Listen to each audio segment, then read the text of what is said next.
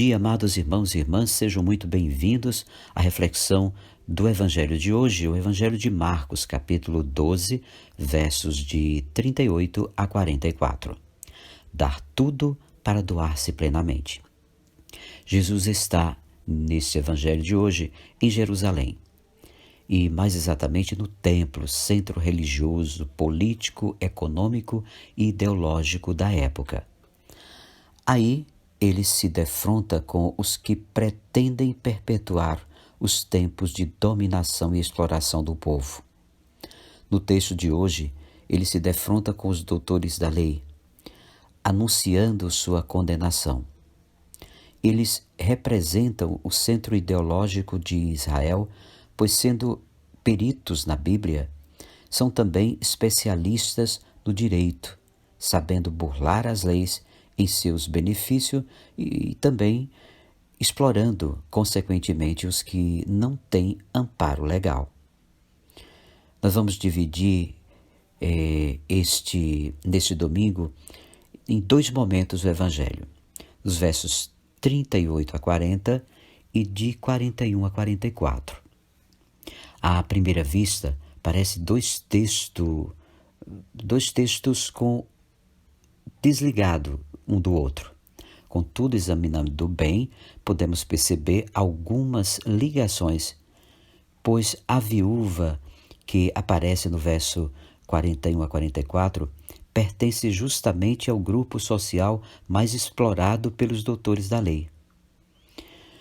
A saber que leva à exploração e ostentação, no verso 38 a 40, Jesus está cercado pela massa do povo e ensina. Desde o início do Evangelho de Marcos, o povo descobriu que o ensinamento de Jesus contrasta com o dos doutores da lei. Agora é o momento de confronto final. Jesus pede que a massa do povo se afaste deles. E as riquezas, ou seja, as principais razões são estas. Primeiro, eles gostam de andar com roupas vistosas. O fato de preferir, provavelmente, ao modo como os doutores da lei se vestiam no dia de sábado. Eles eram diferentes do povo e, por isso, autênticos. Queriam se impor pelo aparato exato o que dizer dos distintivos hábitos e considerações de hoje. Gostam de ser cumprimentados nas praças públicas, ou seja, queriam ser os primeiros a receber o reconhecimento do povo, pois se consideravam os mais importantes. Gostam das primeiras cadeiras nas sinagogas, ocupavam as poltronas diante do cofre que guardava os livros sagrados. Essas se situavam num lugar elevado, à vista de todos, de modo que o povo os identificava imediatamente. Gostam dos melhores lugares dos banquetes, ocupavam os lugares perto do festejado, onde havia confortáveis almofadas para sua ostentação. A essas alturas, podemos intuir o contraste com o episódio da viúva. Ela se vestia como pobre, não era reconhecida nas praças, senão por sua pobreza e abandono. Não tinha cadeira cativa nas sinagogas, nem era convidada aos banquetes, e tinha para sobreviver muito pouco. Era muito pouco, quase nada.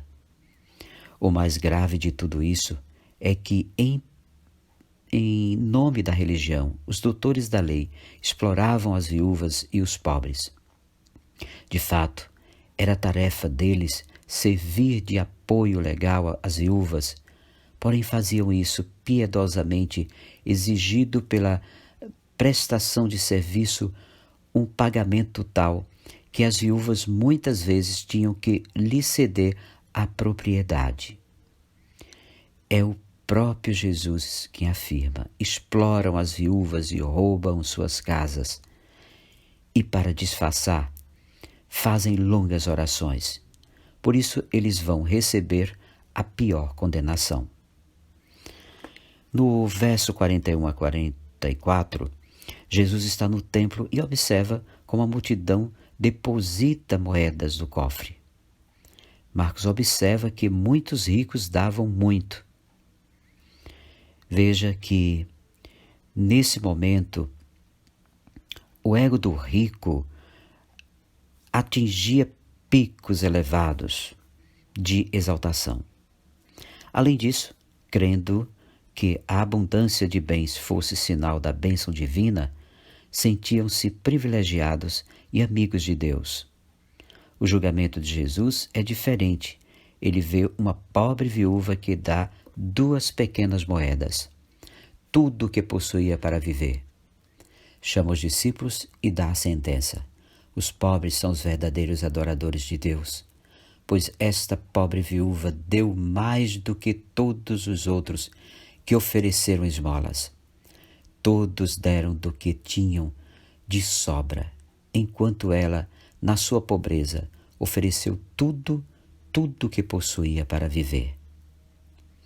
O texto mostra 3 contrastes: ricos que dão muito, viúva que dá quase nada, ricos que dão o que lhes sobra, viúva que dá tudo, ricos que dão esmola, viúva que dá tudo o que possui ou possuía para viver.